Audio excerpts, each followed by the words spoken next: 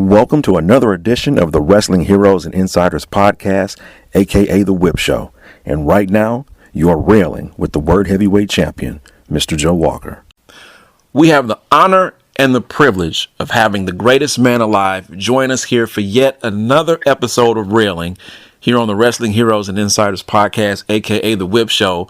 The greatest man alive, Corey RocBottom Davis of RocBottom Studios, is here for another discussion, but this time we're going to talk about the granddaddy of them all. Oh, yes. The big one. WrestleMania 39. I think visually, if they would allow it, let Dustin not only be with him, but let him be one of several people. Let Cody do in this match what he did when he went up against Nick Aldis for the NWA World's Heavyweight Champion. Have him come to the ring with an entourage, like you see with the boxing matches, like that. Right. That matchup for that World Championship. The way they played it out, the way they made it look, it felt like a big deal. I mean, this feels like a big deal. It feels huge, but you can make it feel even bigger. Now, imagine, just picture this.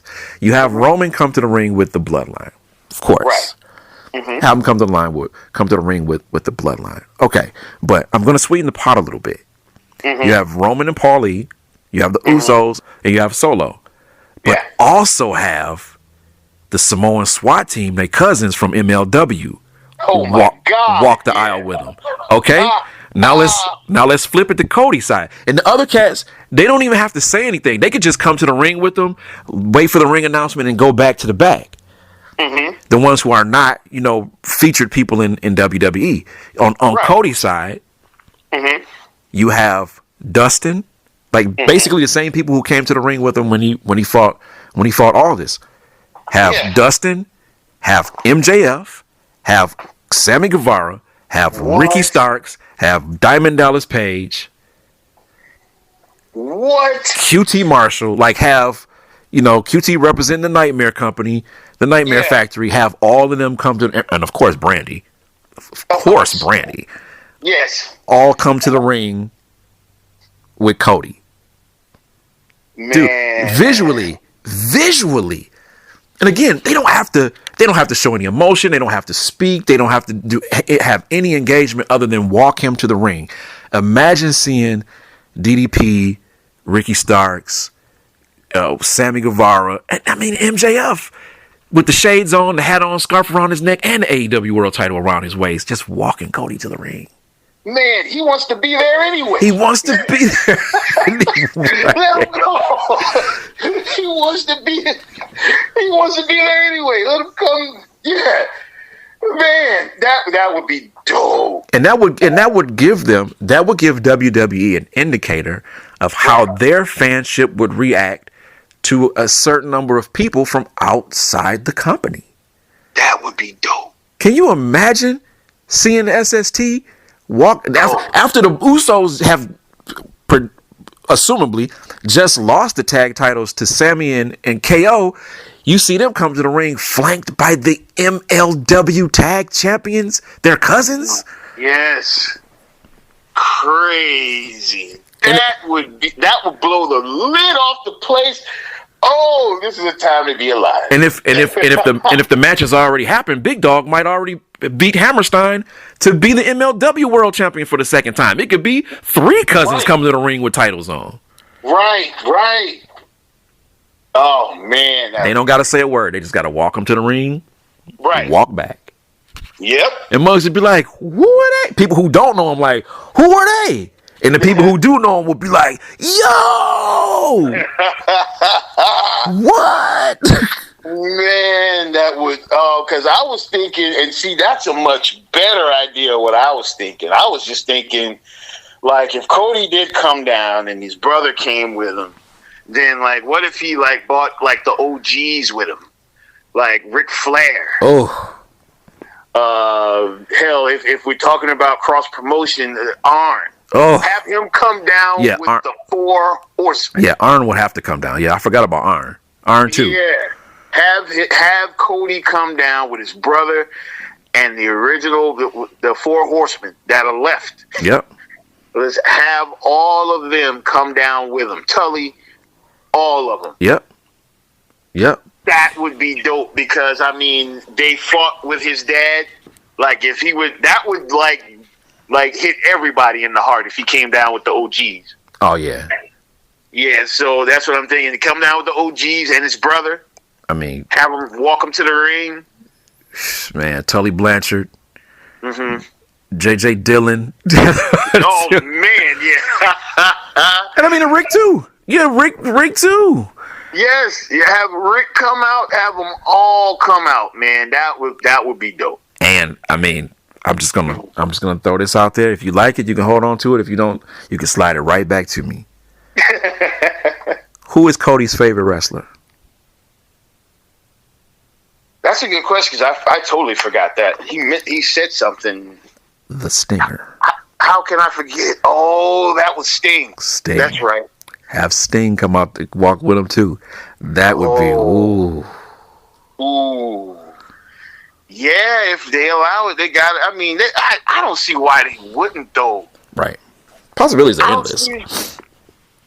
If they choose to explore them, the possibilities are endless. Right, man. I mean, you could set up something monumental with this. You could.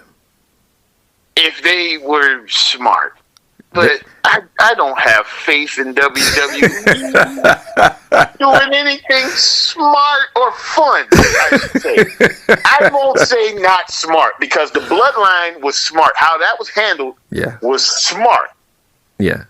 And that was fun, but doing anything fun outside of that, I don't have faith. I mean, look what they doing to Bray Wyatt. They could change the landscape of professional wrestling globally in one night.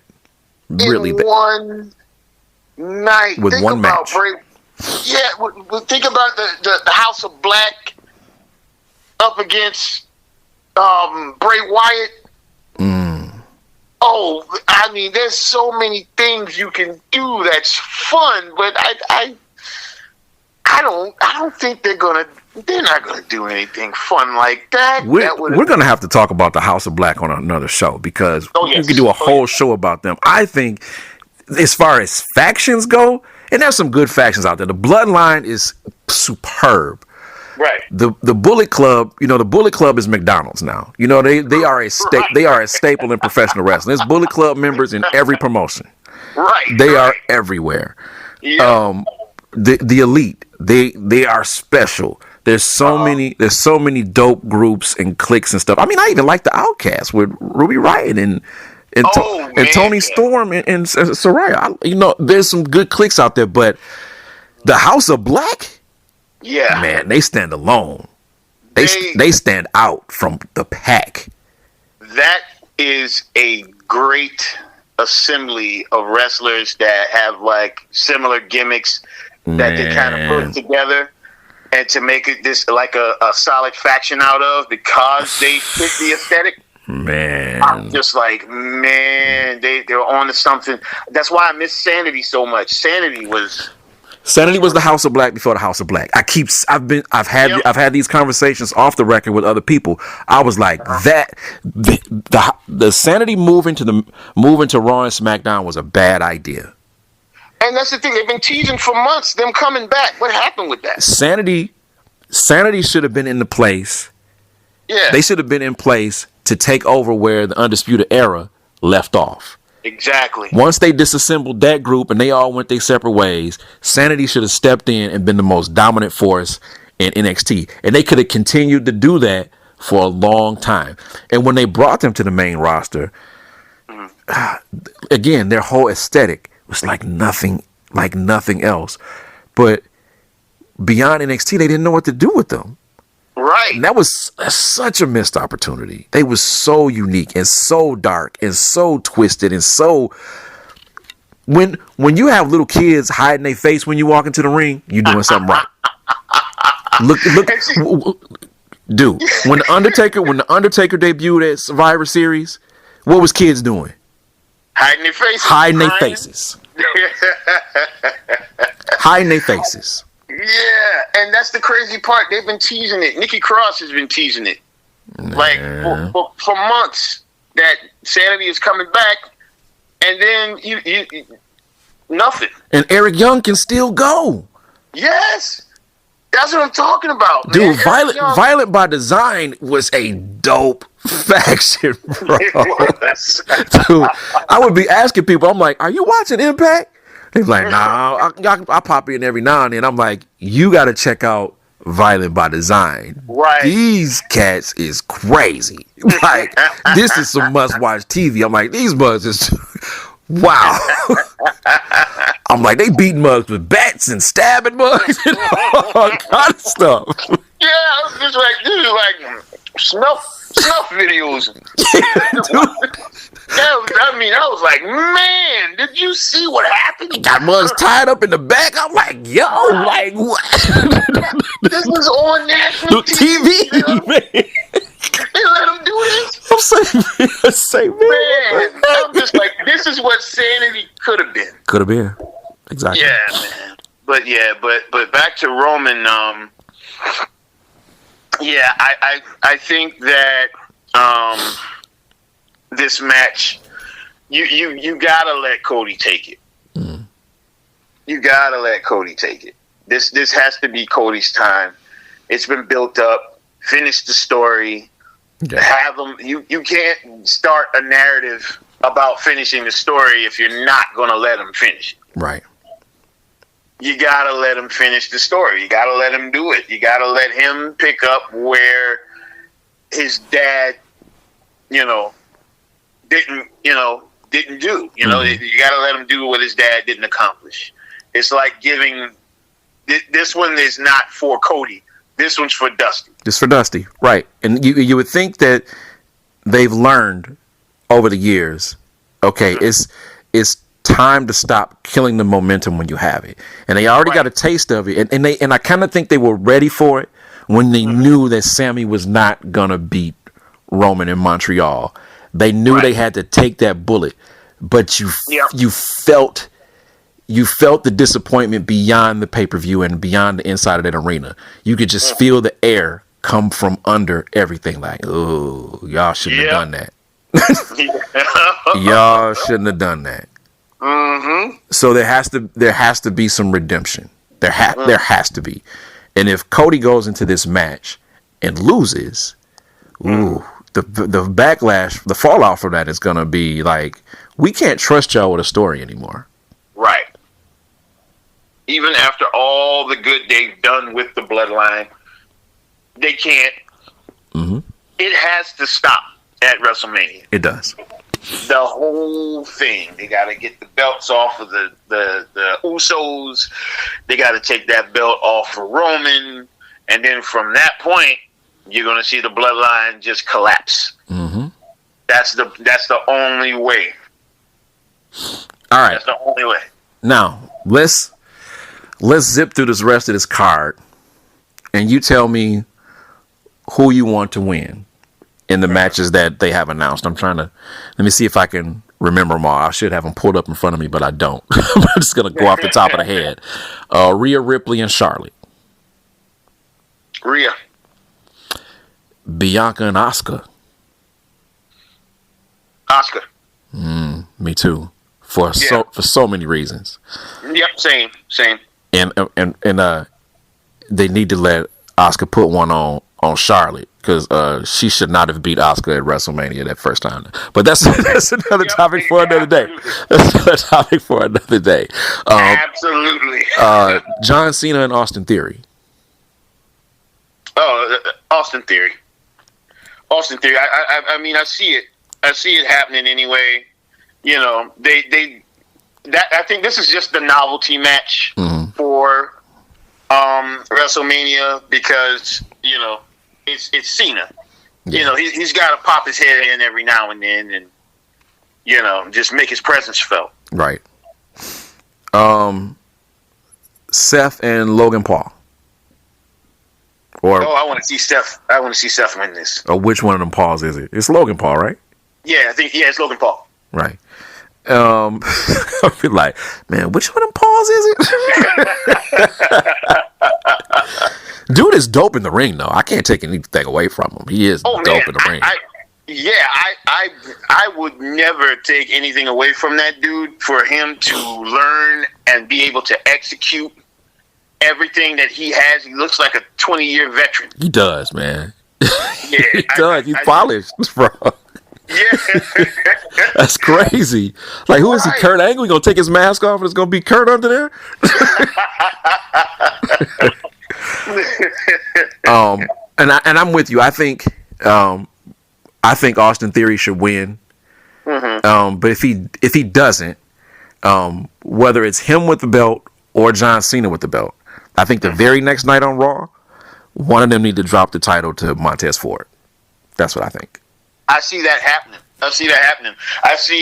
And even if it is, even if Cena wins it, you know that's what's going to happen is he's going to lose it the next night. But that's the question, to who? And I think Montez Ford needs that belt. Yeah. I think they've been building him up as a single. He's the Booker T. Yep. Of the Street Profits. Yep. If you were comparing him to Harlem Heat, he's the Booker T. Yep. And let my man be his Stevie Ray. Right. But be his heavy. Right. I would totally. I'm here for that. Mm-hmm. He got the persona for it. Yo, get off my mans. Yo, get off my mans. Right. Yo, right. Get off my boy. A long way since them red cups. Oh, a long way. A long way. Right. Let's see. Another match. Omos and Brock. Oh, man. I don't even know why this match is necessary. Again, we could do a whole show about that. Oh, man. This is...